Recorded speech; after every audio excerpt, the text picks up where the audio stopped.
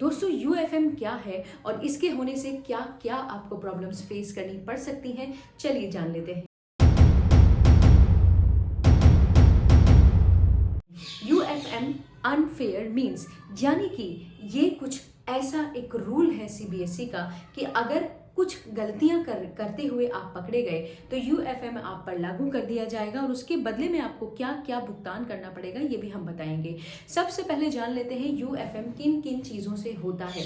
किसी भी electronic gadget को एग्ज़ाम सेंटर में ले जाने पर, इम्पर्सनेशन यानी कि किसी को अपना एग्ज़ाम लिखने के लिए प्रेटेंड करने पर, एग्जामिनेशन रिलेटेड मटेरियल को किसी भी सोशल मीडिया प्लेटफॉर्म पर सही या गलत तरीके से अपलोड करने पर, एडमिट कार्ड के दिए गए इंस्ट्रक्शंस के मुताबिक ब्लू के अलावा ब्लैक या पेंसिल यूज़ करने पर, अपनी आंसर शीट में कोई भी करेंसी नोट या इंस्ट्रूमेंट अटैच करने पर, अपनी आंसर बुक में कोई भी थ्रेटनिंग लैंग्वेज एवेलुएटर के लिए यूज़ करने पर, अपनी आंसर शीट के अलावा किसी और जगह लिखने पर जैसे क्वेश्चन पेपर या डेस्क, अपनी आंसर बुक यानी आंसर शीट और सप्लीमेंट्री आंसर शीट के पेजेस को फाड़ने पर, एग्जामिनेशन स्टाफ के अलावा किसी और से बात करने की या कांटेक्ट करने की कोशिश पर, अपने एडमिट कार्ड पर कोई भी फैब्रिकेट फ़ोटो लगाने पर।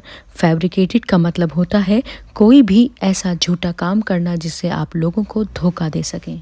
आंसर शीट पर दी गई इन्फॉर्मेशन को इरेज करना या ऑब्लिटरेट करना। ऑब्लिटरेट मीन्स किसी भी चीज़ को रिमूव करना ताकि उसे कवर अप किया जा सके। किसी भी मैल प्रैक्टिस में किसी स्टूडेंट को असिस्ट करना या उसकी असिस्टेंस लेना। आंसर शीट को एग्ज़ाम रूम से बाहर ले जाना या फिर अपनी आंसर शीट या क्वेश्चन पेपर को स्मगल करना। स्मगल मीन्स अपनी आंसर शीट या क्वेश्चन पेपर को सीक्रेटली बिना इजाज़त इलीगली किसी और को देना।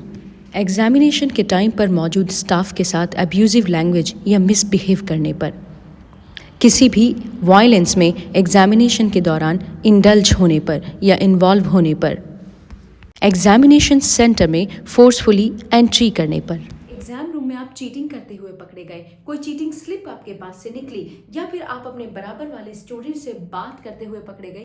Camera is on the corner of the room, each room, तो वो आपको देख रहा है। CBSE is watching you.